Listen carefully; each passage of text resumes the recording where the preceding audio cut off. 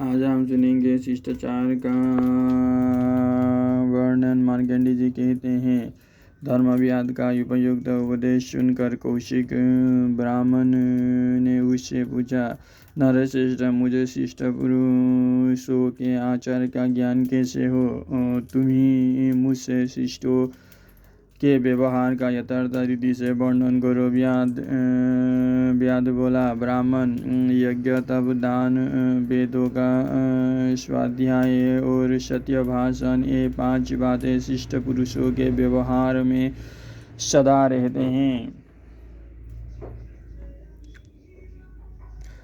जो काम, क्रोध, लोभ, दंभ और उद्दंडता इन दुर्गुणों को जीत लेते हैं, कभी इनके बस में नहीं होते, वे ही शिष्ट उत्तम कहलाते हैं और उनका ही शिष्ट पुरुष आदर करते हैं। वे सदा ही यज्ञ और स्वाध्याय में लगे रहते हैं, कभी मनमाना आचरण नहीं करते। सदाचार का निरंतर पालन करना शिष्ट पुरुषों का दूसरा लक्षण है। शिष्टाचारी पुरुषों में गुरु की सेवा, क्रोध का अभाव, सत्य भाषण और दान, 4 सद्गुण अवश्य होते हैं। वेद का सार है सत्य,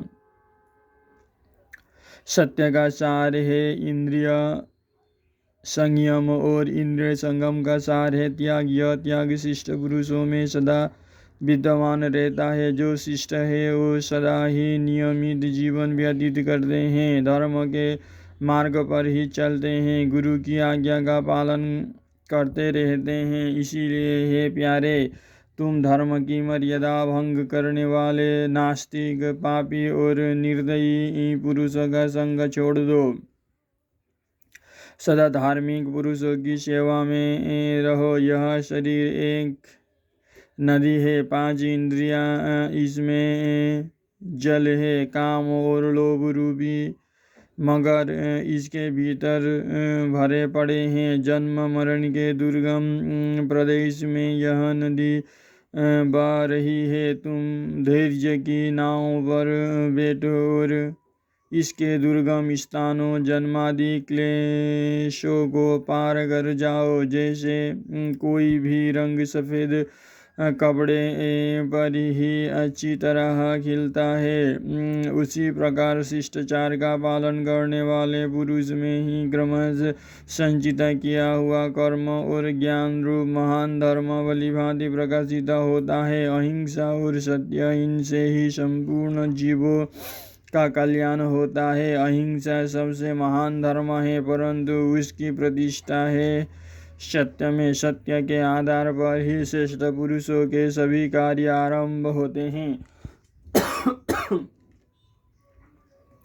इसीलिए सत्य ही गौरव वस्तु है। न्याय युक्त कर्मों का आरंभ धर्म कहा गया है। इसके विपरीत जो अनाचार है उसे ही शिष्ट पुरुष अधर्म बताते हैं। जो क्रोध और निंदा नहीं करते, जिनमें अहंकार और ईर्ष्या का भाव नहीं है, जो मन पर काबू रखने वाले और सरल स्वभाव के पुरुष हैं,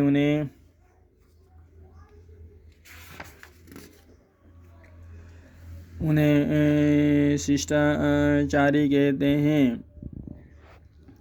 उनमें सत्य सत्वगुण की वृद्धि होती है, जिनका पालन दूसरों को कठिन प्रतीत होता है। ऐसे सदाचारी का भी वे सुगमता पूर्वक पालन करते हैं। अपने सद्कर्मों के कारण ही उनका सर्वत्र आदर होता है।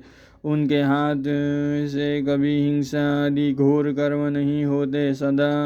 सदाचार पुराने जमाने से चला आ रहा है। यह सनातन धर्म है, इसको कोई मिटा नहीं सकता। सबसे प्रधान धर्म तो है जिसका वेद प्रतिपादन करते हैं, दूसरा वो है जिसका वर्णन धर्मशास्त्र में हुआ है, तीसरा धर्म है शिष्ट संत पुरुषों का आचरण। इस प्रकार ये धर्म के 3 लक्षण हैं।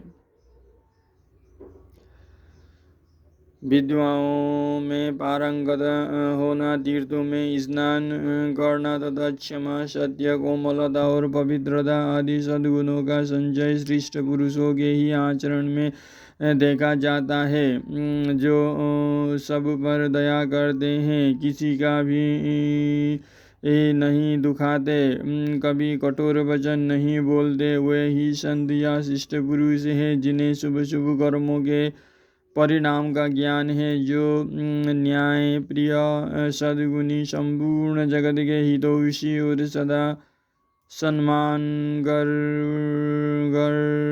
पर चलने वाले वे सज्जन पुरुष शिष्ट हैं। उनका दान करने का स्वभाव होता है, वे किसी भी वस्तु को पहले और सबको बांट कर पीछे स्वीकार करते हैं तथा दीन दुखियों पर सदा उनकी कृपा रहती है। स्त्री और सेवकों को कष्ट न हो, इसके लिए भी वे सदा सावधान रहते हैं और उन्हें अपनी शक्ति से अधिक धन आदि देते रहते हैं। वे सर्वदा सद्पुरुषों का संग करते हैं। संसार में जीवन निर्वाह कैसे हो, धर्म की रक्षा और आत्मा का कल्याण किस प्रकार हो, इन सब बातों पर उनकी दृष्टि रहती है। अहिंसा, सत्य, क्रूरता का अभाव, कोमलता, द्रोह और अहंकार का त्याग, लज्जा, क्षमा, शाम, दम, बुद्धि, धैर्य, जीवदया, कामना एवं द्वेष का अभाव, ये सब श्रेष्ठ पुरुषों के गुण हैं। इनमें भी प्रधानता तीन की है,